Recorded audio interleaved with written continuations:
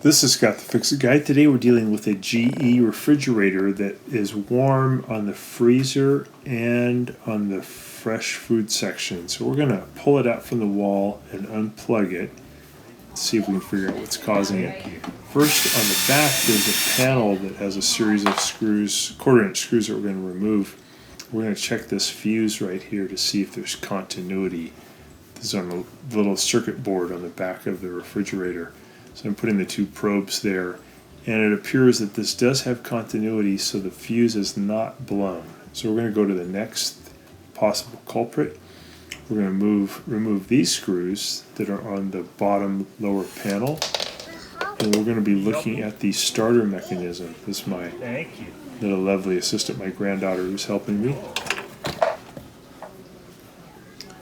We're going to be looking at the starter mechanism for the compressor. So here's the compressor, and on the front is a starter mechanism. We're going to wiggle it off. Sometimes there's a little bar that's holding it. We're going to wiggle it off. This is the blown starter mechanism or overload. It got overheated and a fuse tripped.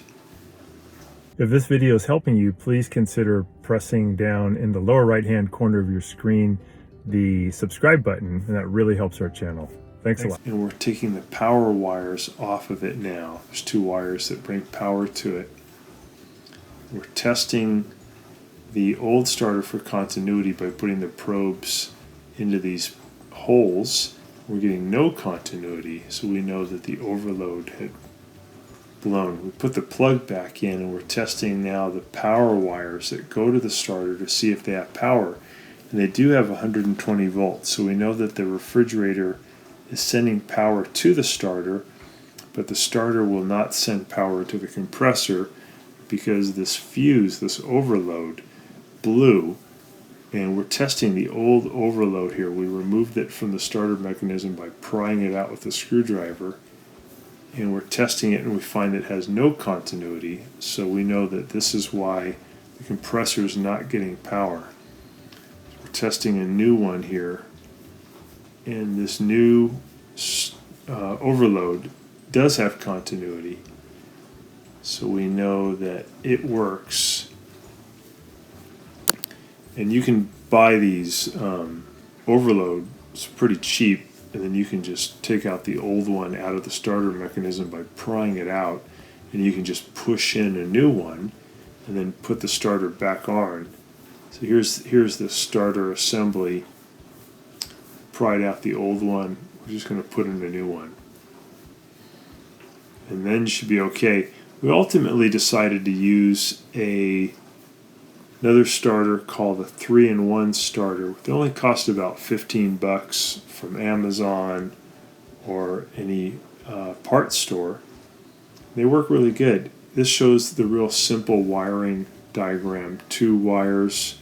The black wires go to the power that comes to the starter, and then shows you how you put the wires onto the pins of the compressor. So here is the actual one, and then I put the black wire from the starter onto the middle pin, then the red wire and white wire go on the side pins. Here's the actual wires on the pins, and when I plugged it back in, the compressor worked again, and it started right up. So it solved the problem.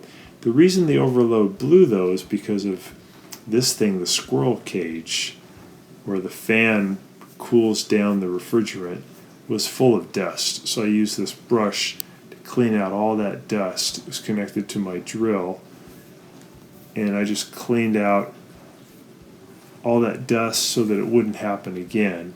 I'm feeling now this line, and it's getting cold, so I know that this is all working, and I feel this other line is warm and the compressor is warm, so that's normal. I can hear the compressor running. That line is also cold, so everything is back working, and it all had trouble due to just dust building up. So thanks so much for watching, and please subscribe when you get a chance. So much for watching our video, and please subscribe to our channel when you get a chance, And also click the little bell notification button so we can send you weekly videos on all the different ways of fixing appliances around your home and saving you lots of money. So thanks again for watching, and please also press the like button for our video if this was helpful to you. Feel free to contact me at the email listed below, which is scottthefixitguy@yahoo.com, with any of your questions. And also, if you need to have a FaceTime meeting with me or a Zoom meeting, you can click on one of the links below in the description, and we can set up a 15-minute or 30-minute video conference where we can work on your appliance problem. So thanks again for all your support and for watching the video.